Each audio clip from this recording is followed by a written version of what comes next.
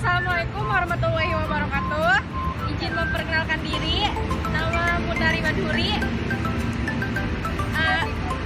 dari kelompok 8. Di sini kita akan membuat tugas dari mata kuliah hukum pidana, yaitu membuat video presentasi. Terdiri dari 4 orang anggota. Pertama, saya sendiri. Kedua, Raden Safira Salsabila. Dan yang ketiga, Fatih Arif Mutakin. Dan yang keempat, Muhammad Munjaji Ramadan. Assalamualaikum warahmatullahi wabarakatuh. Perkenalkan, nama saya Fatih Arif Mutakin dari kelompok 8. Saya akan mempresentasikan tentang pencemaran nama baik melalui media internet. Latar belakangnya. Salah satu instrumen internasional yang menjamin hak atas kebebasan berpendapat adalah Pasal 19 Deklarasi Universal Hak-Hak Asasi Manusia dalam kurung HAM yang menyatakan bahwa semua orang berhak atas kebebasan berpendapat dan berekspresi. Hak ini mencakup kebebasan untuk memiliki pendapat tanpa intervensi, serta untuk mencari, menerima, dan berbagi informasi dan ide melalui media apapun yang dikehendaki dan tanpa memandang batas negara.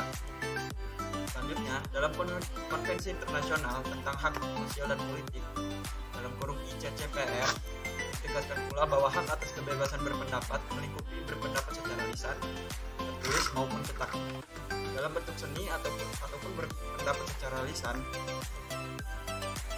melalui media lainnya yang dikehendaki.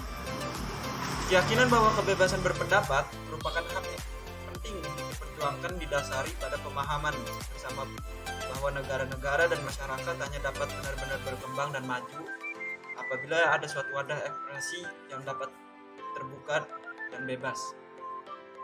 Dalam konteks nasionalnya, kebebasan berekspresi memiliki batasan tertentu sepanjang dilakukan tanpa melawan hak. Pihak yang merasa dirugikan akibat penghinaan oleh orang lain memiliki hak untuk mengajukan gugatan ganti rugi. Dalam KUHP Perdata, ketentuan penghinaan dikelompokkan dalam buku ketiga tentang perikatan, bab 2 tentang perikatan yang dilahirkan demi undang-undang. Secara umum, penghinaan dalam KUHP Perdata dianggap dikelompokkan dalam jenis perbuatan melawan hukum yang diatur dalam pasal 1365 KUHP Perdata. Sementara penghinaan secara khusus diatur dalam pasal 1372 sampai dengan 1380 KUHP Perdata. Hak atas kebebasan berpendapat juga dibatasi dengan adanya ketentuan pidana pada pasal 310 sampai dengan 321 KUHP mengenai penghinaan. Pembatasan tersebut tetap dipertahankan dan dapat berupa macam-macam bentuk. Ada yang menista, termasuk menista dengan tulisan. Ada yang memfitnah, melapor secara memfitnah, dan menuduh secara memfitnah. Hampir di seluruh dunia, pasal-pasal yang berkaitan dengan penghinaan masuk tetap dipertahankan. Alasannya, hasil dari penghinaan dalam wujud pencemaran nama baik adalah charter assassination, dan dalam hal ini dianggap sebagai pelanggaran hak asasi manusia. Saat ini, setiap orang juga dapat dijerat dengan ancaman pidana atas perbuatan penghinaan atau pencemaran nama baik di internet. Khusus untuk pengguna internet, ancaman pidana dirumuskan melalui pasal 27 ayat 3, pasal 45 UU ITE. Melalui ketentuan ini, pengguna internet juga dapat dikenakan upaya paksa, mengingat ancaman pidananya maksimal 5 tahun penjara. Penerapan ketentuan hukum tersebut mengundang banyak protes dari masyarakat karena dinilai merupakan kriminalisasi terhadap kebebasan berekspresi. Akhir 2009 lalu, Indonesia diramaikan dengan gerakan Koin untuk Keadilan yang merupakan bentuk kepedulian masyarakat terhadap kasus yang menimpa pria Mulyasari. Prita terjerat kasus pencemaran nama baik terhadap RS Omni Internasional akibat surat elektronik yang ia kirimkan kepada temannya mengenai pelayanan yang dinilai buruk. Gerakan Koin untuk Keadilan berupa menunjukkan bahwa ada kebobrokan sistematik lembaga pengadilan secara keseluruhan. Pada kasus Prita, pihak RS Omni menggugat Prita dengan 2 perkara. Pertama, tindakan pencemaran nama baik dan gugatan perdata karena dianggap merugikan rumah sakit Omni secara moral dan material. Terkait perkara pidana Prita sempat ditahan kejaksaan selama 21 hari dengan kondisi sedang mengandung dan menyusui anak. Prita sempat diputus bebas oleh Kejaksaan Negeri Tangerang, tetapi akhirnya diputus bersalah oleh Mahkamah Agung dan dihukum dengan pidana penjara selama 6 bulan dan masa percobaan 1 tahun penjara. Belum selesai, Prita juga harus pasrah dengan putusan PT Banten yang menyatakan dirinya terbukti merugikan Rumah Sakit Omni dan harus membayar sebanyak 204 juta rupiah. Putusan tersebut menggerakkan masyarakat untuk menyuarakan ketidakadilan terhadap ibu dua anak ini. Hal ini sangat dirasakan oleh masyarakat yang terbukti dengan mudahnya mengundang partisipasi berbagai kalangan untuk meringankan beban Prita. Kasus tersebut hanya merupakan salah satu contoh potret implementasi hak kebebasan berekspresi di Indonesia. Pada kenyataannya masih ada beberapa kasus lain yang tidak hanya mencerminkan penegakan terhadap kebebasan berpendapat, tapi juga menggambarkan ketidaknyamanan warga negara terhadap sistem peradilan di Indonesia. Data yang dikeluarkan oleh Elsam pada tahun 2012 September terkait dengan kebebasan berekspresi di internet, fenomena ini tentunya menarik untuk dianalisis mengingat Indonesia juga merupakan bagian dari masyarakat internasional yang menjunjung tinggi perlindungan hak asasi manusia termasuk hak untuk kebebasan assassination, dan dalam hal ini dianggap sebagai pelanggaran hak asasi manusia. Saat ini, setiap orang juga dapat dijerat dengan ancaman pidana atas perbuatan penghinaan atau pencemaran nama baik di internet. Khusus untuk pengguna internet, ancaman pidana dirumuskan melalui pasal 27 ayat 3, pasal 45 UU ITE. Melalui ketentuan ini, pengguna internet juga dapat dikenakan upaya paksa mengingat ancaman pidananya maksimal 5 tahun penjara. Penerapan ketentuan hukum tersebut mengundang banyak protes dari masyarakat karena dinilai merupakan kriminalisasi terhadap kebebasan berekspresi. Akhir 2009 lalu, Indonesia diramaikan dengan gerakan Koin untuk Keadilan yang merupakan bentuk kepedulian masyarakat terhadap kasus yang menimpa Pria Mulyasari. Prita terjerat kasus pencemaran nama baik terhadap RS Omni Internasional akibat surat elektronik yang ia kirimkan kepada temannya mengenai layanan yang dinilai buruk. Gerakan Koin untuk Keadilan berupa menunjukkan bahwa ada kebobrokan sistematik lembaga pengadilan secara keseluruhan. Pada kasus Prita, pihak RS Omni menggugat Prita dengan 2 perkara. Pertama, tindakan pencemaran nama baik dan gugatan perdata karena dianggap merugikan Rumah Sakit Omni secara moral dan material. Terkait perkara pidana, Prita sempat ditahan kejaksaan selama 21 hari dengan kondisi sedang mengandung dan menyusui anak. Prita sempat diputus bebas oleh Kejaksaan Negeri Tangerang, tetapi akhirnya diputus bersalah oleh Mahkamah Agung dan dihukum dengan pidana penjara selama 6 bulan dengan masa percobaan 1 tahun penjara. Belum selesai, Prita juga harus pasrah dengan putusan PT Banten yang menyatakan dirinya terbukti merugikan Rumah Sakit Omni dan harus membayar sebanyak 204 juta rupiah. Putusan tersebut menggerakkan masyarakat untuk menyuarakan ketidakadilan terhadap ibu dua anak ini. Hal ini sangat dirasakan oleh masyarakat yang terbukti dengan mudahnya mengundang partisipasi berbagai kalangan untuk meringankan beban Prita. Kasus tersebut hanya merupakan salah satu contoh potret implementasi hak kebebasan berekspresi di Indonesia. Pada kenyataannya masih ada beberapa kasus lain yang tidak hanya mencerminkan penegakan terhadap kebebasan berpendapat, tapi juga menggambarkan ketidaknyamanan warga negara terhadap sistem peradilan di Indonesia.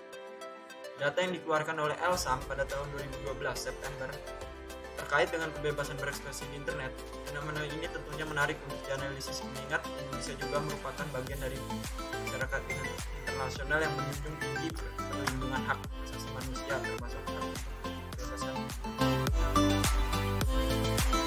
Dan yang kedua di sini informasi perkara. Pertama, identitas terdakwa. Terdakwa bernama Benny Handoko atau Benhan. Dia lahir di Jambi. Beliau berumur 34 tahun dan lahir 8 Maret 1970. Dan kedua, dakwaan. Terdakwa diajukan ke persidangan di Pengadilan Negeri Jakarta Selatan nomor 1333 pidana 2013 Jakarta Selatan dengan surat dakwaan berbentuk tunggal, yaitu perbuatan terdakwa 1 dan 2 sebagaimana diatur dan diancam dalam pidana pasal 27 ayat 3, pasal 45 ayat 1 Undang-Undang Republik Indonesia nomor 11 tahun 2008 tentang informasi transaksi elektronik. Ketiga, putusan. Dalam putusan majelis Hakim di Pengadilan Negeri Jakarta Selatan tertanggal 29 Januari 2014. Terdakwa dinyatakan oleh terbukti secara sah dan meyakinkan bersalah melakukan tindak pidana dengan sengaja dan tanpa hak mendistribusikan atau mentransmisikan atau membuat dapat diakses informasi elektronik atau dokumen elektronik yang memiliki muatan penghinaan atau pencemaran nama baik. Oleh karena itu, majelis hakim menjatuhkan pidana terhadap terdakwa dengan pidana penjara selama 6 bulan dengan ketentuan pidana tidak perlu dijalankan kecuali kemudian di hari perintah lain dan putusan hakim, bahwa terpidana sebelum waktu percobaan selama 1 tahun berakhir telah bersalah melakukan suatu tindak pidana. Keempat, pihak yang terlibat. Pertama, Pengadilan Negeri Selatan, yaitu penuntut umum Hayin Suhito atau Fahmi Iskandar. Di dalam majelis hukum yaitu Dr. Andes Haji Suprapto, Dahmi Wirda, dan Hajah Nur Aslam. Kasus ini bermula dari komunikasi melalui media sosial Twitter antara pemilik akun Trio Macan 2000, Ofili, dan Benhan. Kemudian tersebut dilakukan dengan tertukar tweet baik dengan melakukan mention atau no mention. Awalnya tweet Benhan merupakan tanggapan atau tweet dari akun Trio Macan 2000 dan Ofili yang pada intinya menyatakan bahwa Ishak Bahun merupakan pembongkar kasus korupsi Bank Senturi di mana dalangnya adalah Sri Mulyani. Dalam hal ini, pemilik akun Ofili menyatakan yang pada intinya bahwa Sri Mulyani bukan korupsi, melainkan merampok. Hal ini kemudian ditanggapi oleh pemilik akun Benhan dengan satu pernyataan yang menunjukkan ironisme karena Misbahun termasuk orang yang merampok Bank Senturi dan dihukum penjara dalam kasus pencairan kredit bank, tetapi dibilang sebagai pembongkar kasus Bank Senturi. Ketiga, pengaturan tentang penghinaan di internet. Saat ini, ketentuan hukum mengenai penghinaan tersebar di beberapa peraturan. Jika dilihat dari sejarahnya, pengaturan terhadap penghinaan di Indonesia pertama kali ditemukan pada KUHP dan juga KUHP Perdata yang merupakan warisan dari sistem hukum yang berlaku pada masa Hindia Belanda. Selain itu, beberapa undang-undang organik juga mengatur mengenai penghinaan dan ancaman hukuman terhadap pelakunya. Pengaturan tentang penghinaan pada dasarnya berupa batasan atas hak kebebasan berekspresi yang diwujudkan dengan cara menuduh seseorang telah melakukan perbuatan tertentu. Namun demikian, pengertian pengaturannya di Indonesia secara definitif sehingga untuk memahami penghinaan, kita hanya dapat merujuk pada perumusan delik-delik pidana dan pada bab penghinaan di KUHP. Disinilah dalam konteks pembatasan berekspresi dikenal pengujian 3 bagian, yaitu pertama, pembatasan tersebut harus diatur oleh hukum yang jelas dan dapat diakses oleh semua orang. Pembatasan tersebut harus memenuhi salah satu tujuan diatur pada pasal 19 ayat 3 Konven Hak Sipil dan Politik, yaitu pertama, melindungi hak-hak dan situasi orang lain. Kedua, untuk melindungi keamanan nasional dan ketertiban umum atau kesehatan atau moral publik, yaitu pembatasan tersebut harus ditujukan untuk perlindungan kepentingan yang sah dan lebih dari kebebasan tersebut.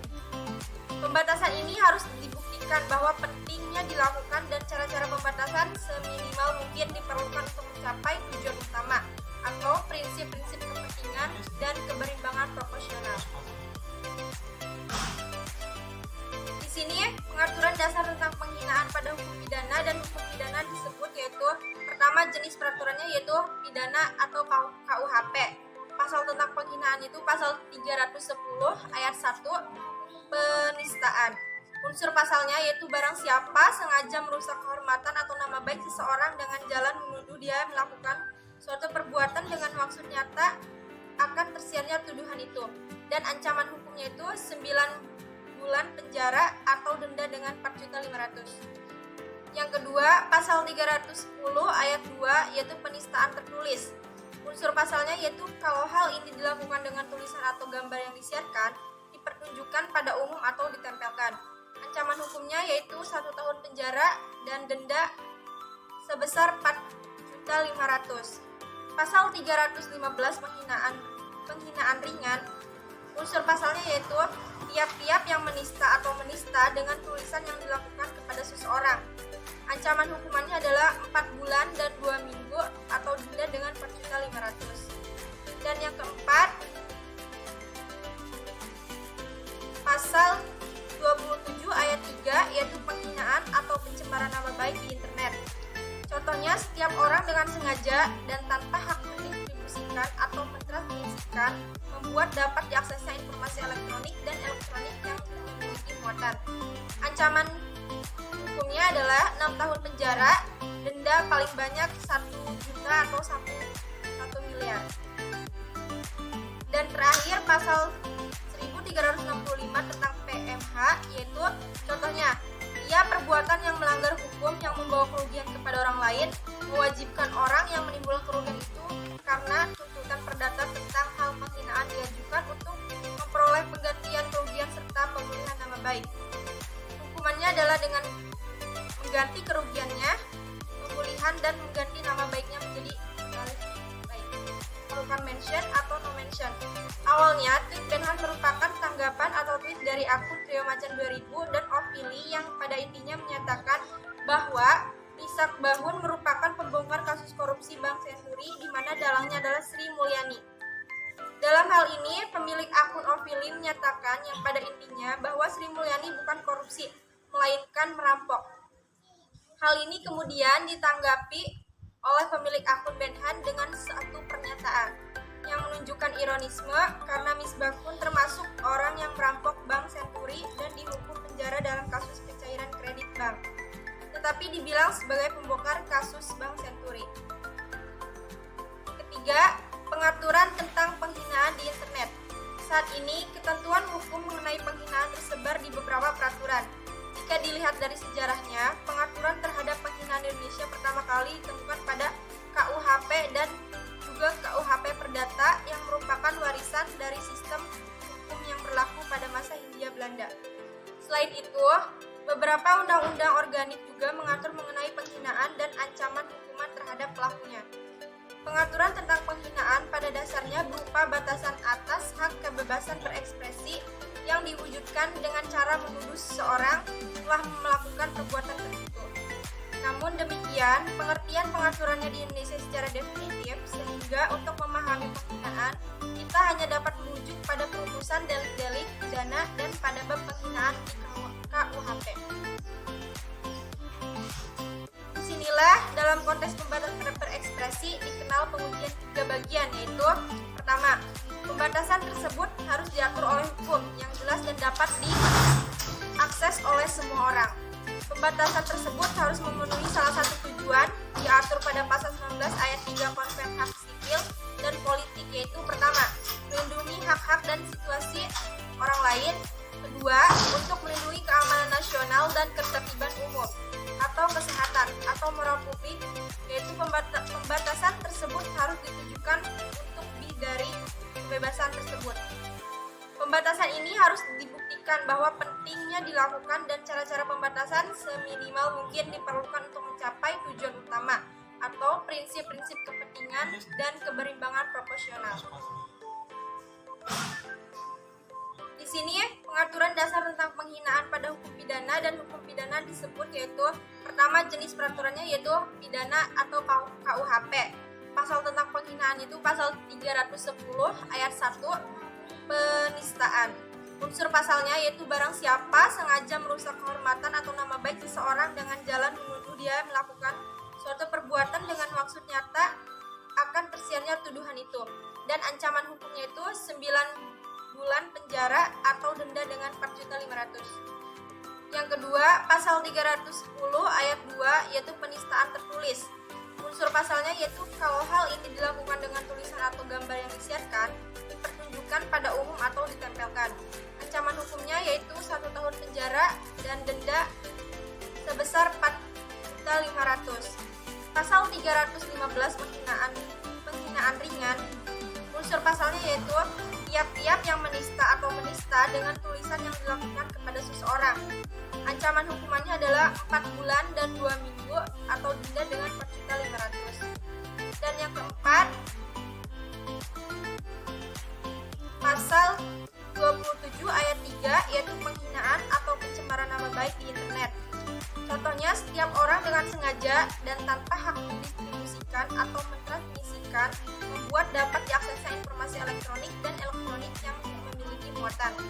Ancaman hukumnya adalah 6 tahun penjara, denda paling banyak 1 juta atau sampai 1 miliar.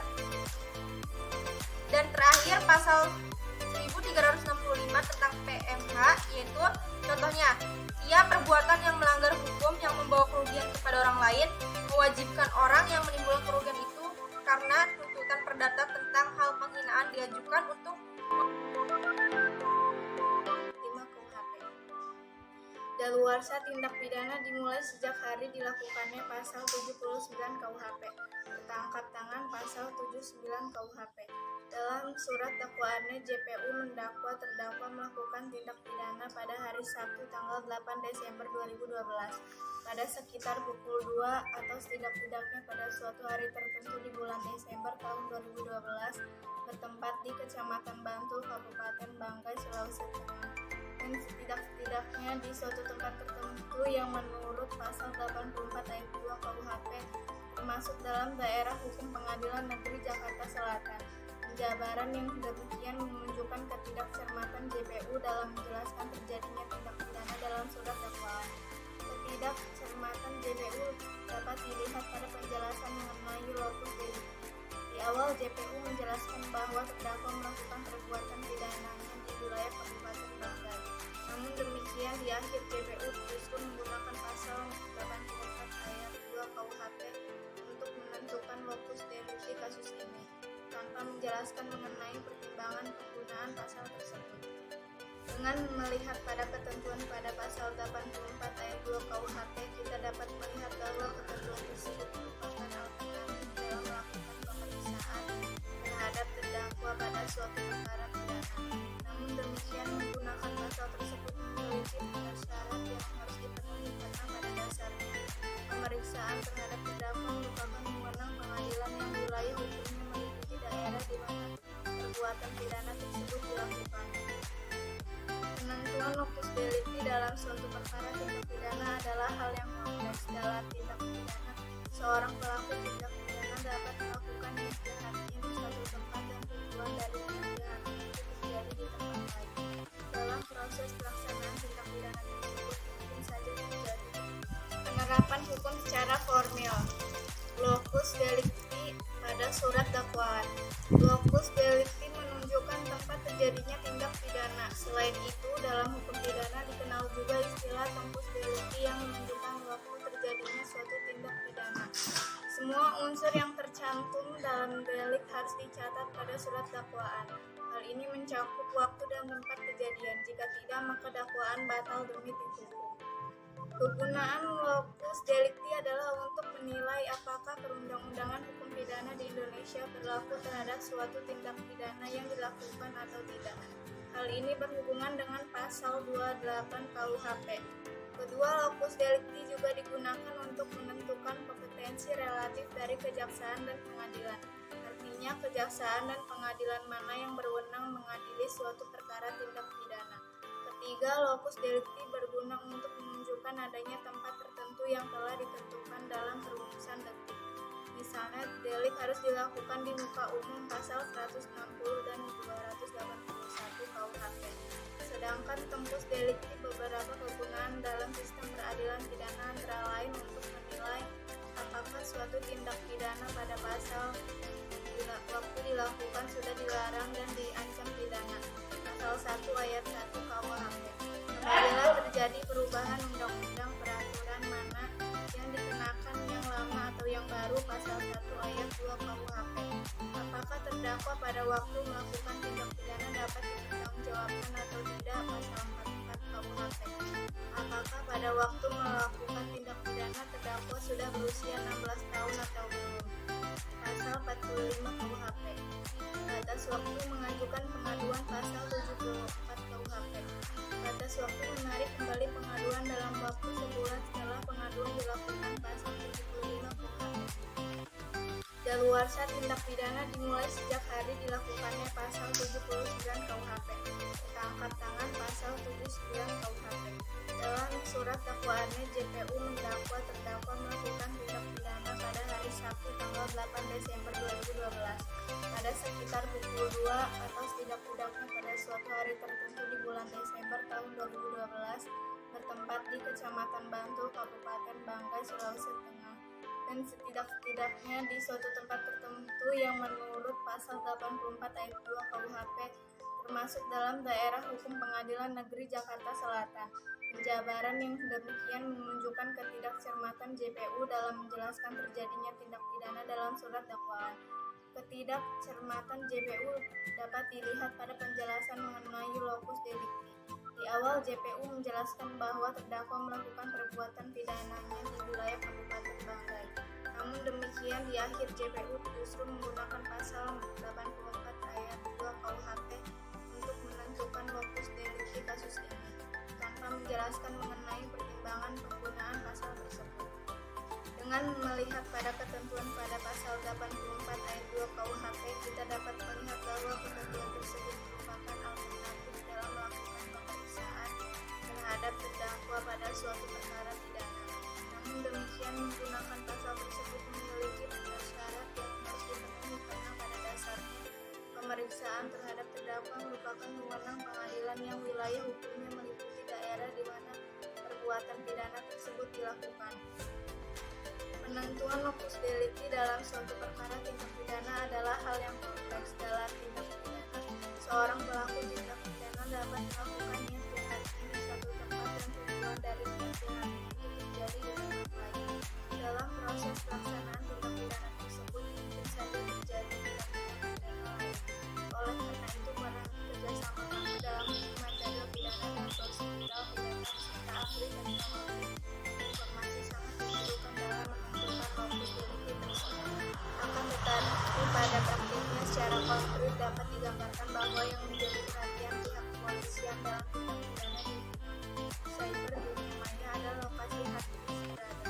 Dengan dan atau melalui hard disk ini juga pelaku telah melakukan satu tindak pidana. Dalam surat dakwaan JPU atas terdakwa Peci Handoko Jumili tidak secara tegas menyebutkan di mana perbuatan pidana dilakukan. Hal ini tentunya menimbulkan pertanyaan apakah perbuatan dilakukan di tempat kediaman terdakwa atau di daerah Banggai, Sulawesi Tengah. Dalam uraian dakwaannya sendiri, JPU tidak menjelaskan alasan penentuan daerah Banggai yang dimasukkan dalam surat dakwaan. Selain itu, JPU juga tidak menjelaskan tentang alasan menggunakan pasal 84 ayat 2 KUHP dalam membuat surat dakwaan. Padahal penjelasan tersebut menjadi penting karena berkaitan dengan jaminan kepastian hukum bagi terdakwa mengenai wewenang pengadilan dalam mengadili perkara. Oleh karena itu, para kerjasama pakar dalam hukum material pidana dan prosedural pidana serta ahli teknologi informasi sangat diperlukan dalam menentukan lokus delikti tersebut. Akan tetapi pada praktiknya secara konkret dapat digambarkan bahwa yang menjadi perhatian pihak kepolisian dalam tindak pidana di bidang cyber dunia maya adalah lokasi hard disk berada. Dengan atau melalui hard disk ini juga pelaku telah melakukan satu tindak pidana. Dalam surat dakwaan JPU atas terdakwa Peci Handoko Jumili tidak secara tegas menyebutkan di mana perbuatan pidana dilakukan. Hal ini tentunya menimbulkan pertanyaan apakah perbuatan dilakukan di tempat kediaman terdakwa atau di daerah Banggai, Sulawesi Tengah. Dalam uraian dakwaannya sendiri, JPU tidak menjelaskan alasan penentuan daerah Banggai yang dimasukkan dalam surat dakwaan. Selain itu, JPU juga tidak menjelaskan tentang alasan menggunakan pasal 84 ayat 2 KUHP dalam membuat surat dakwaan. Padahal penjelasan tersebut menjadi penting karena berkaitan dengan jaminan kepastian hukum bagi terdakwa mengenai wewenang pengadilan dalam mengadili perkara atas nama Pertimbangan hakim tidak mempertimbangkan unsur penghinaan dan bertentangan dengan putusan MK 050/2008 dan 02/2009. Pertimbangan hakim merupakan upaya majelis hakim untuk membuktikan atau mempertimbangkan adanya fakta-fakta hukum selama persidangan dihubungkan dengan unsur-unsur pasal yang didakwakan. Mengingat dakwaan pada kasus ini bersifat tunggal, maka majelis hanya berfokus pada pembuktian unsur pasal 27 ayat 3 JO, pasal 45 1 UU ITE. Selain pertimbangan fakta hukum yang dikaitkan dengan unsur pasal dakwaan. Majelis hakim dalam kasus ini juga mempertimbangkan mengenai pembelaan terdakwa dan tanggapan. Adapun dalam kesimpulannya, majelis hakim berpandangan bahwa terdakwa telah terbukti secara sah dan meyakinkan melakukan perbuatan sebagaimana yang didakwakan JPU. Kesimpulannya, tidak ada catatan berarti terhadap penerapan hukum secara formil dalam proses persidangan ini. Hanya saja penulis menyoroti mengenai konstruksi JPU dalam penyusunan surat dakwaan, terutama mengenai lotus delicti. Dalam hal ini, JPU menggunakan pasal 84 ayat 2 KUHAP agar pemeriksaan dapat dilakukan di PN Jakarta Selatan. Namun demikian, JPU tidak memberi kejelasan mengenai alasan penggunaan pasal tersebut. Selain itu, pada dasarnya penentuan lotus delicti dalam kasus-kasus di bidang ITE seharusnya mengikuti karakteristik dari ITE itu sendiri. Adapun dalam prakteknya, dalam tindak pidana di bidang cyber dunia maya, penentuan lotus delicti dilakukan dengan meneliti di mana lokal hard disk berada, dengan atau melalui hard disk ini diduga pelaku telah melakukan satu tindak pidana. Demikian presentasi kami dari kelompok 8, kurang lebihnya mohon maaf. Wassalamualaikum warahmatullahi wabarakatuh.